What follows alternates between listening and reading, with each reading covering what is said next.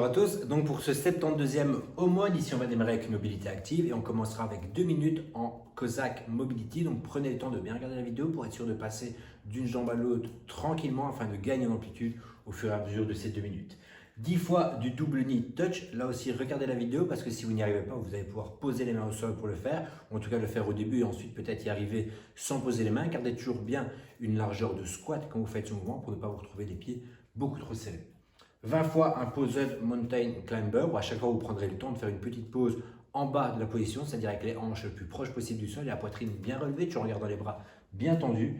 Et 20 wall squat, regardez bien la vidéo pour être sûr de les faire correctement. Et si vous manquez d'amplitude au niveau du squat ou au niveau des épaules, vous serez loin du mur ce mouvement et vous essaierez de vous rapprocher au fur et à mesure des jours et des semaines qui passeront. Ensuite, on va travailler sur du pistol squat, sur la session de force.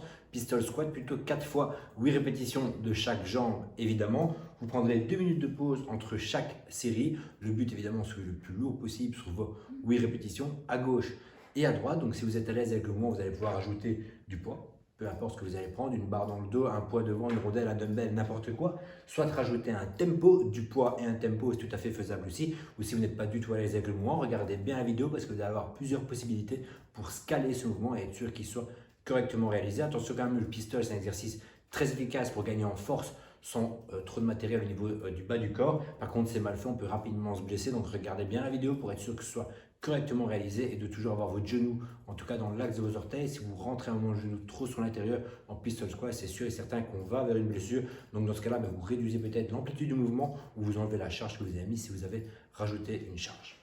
Ensuite, au niveau du WOD, on va faire un redo. On refera le Support Your Box 1 que CrossFit avait sorti donc, à l'époque du moment du premier confinement. C'était un AMRAP de 10 minutes en version RX pour ceux qui possédaient des dumbbells. C'était avec un dumbbell de 22,5 pour les hommes et 15 kg pour les femmes. Maintenant, ça peut être n'importe quel objet. Et si vous l'avez fait durant ce premier confinement, essayez de reprendre exactement le même objet que vous aviez pour pouvoir avoir le même score, ou en tout cas un score meilleur, mais avec le même matériel. 10 minutes de travail pour 10 à squat, 9 single arm dumbbell snatch d'abord à droite et vous faites les 9 complets de la main droite. Attention, quand on travaille au dumbbell, on a les deux côtés du dumbbell qui vont toucher le sol et pas uniquement un côté.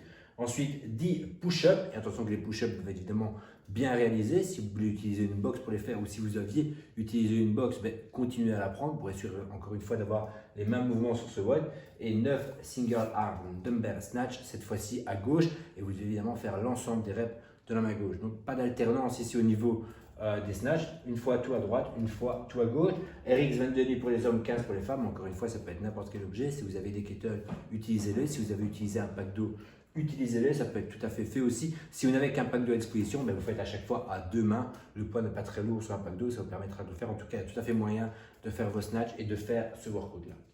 Alors après ces 10 minutes, on prendra au moins 5 minutes de pause. On terminera par un fort quality au niveau du corps. Ce sera 20 hollow to V-up et regardez bien la vidéo pour être sûr que ce soit bien effectué parce que ça reste un mouvement compliqué. Vous devez d'abord prendre une position de hollow, ensuite fermer en V-up pour ceux qui sont à l'aise. Ça peut être du tuck-up avec les jambes fléchies pour ceux qui le sont moins. Mais quoi qu'il arrive, ça commence par une position de hollow et ça termine par une position de hollow. On ne va pas à chaque fois poser les bras et les jambes au sol. Ensuite, 20 glute bridge, ça peut être sur n'importe quoi, sur une table, sur votre sofa, exactement comme dans la vidéo. Et essayez d'avoir un poids ou une hauteur qui peut vous permettre de faire vos 20 reps unbroken.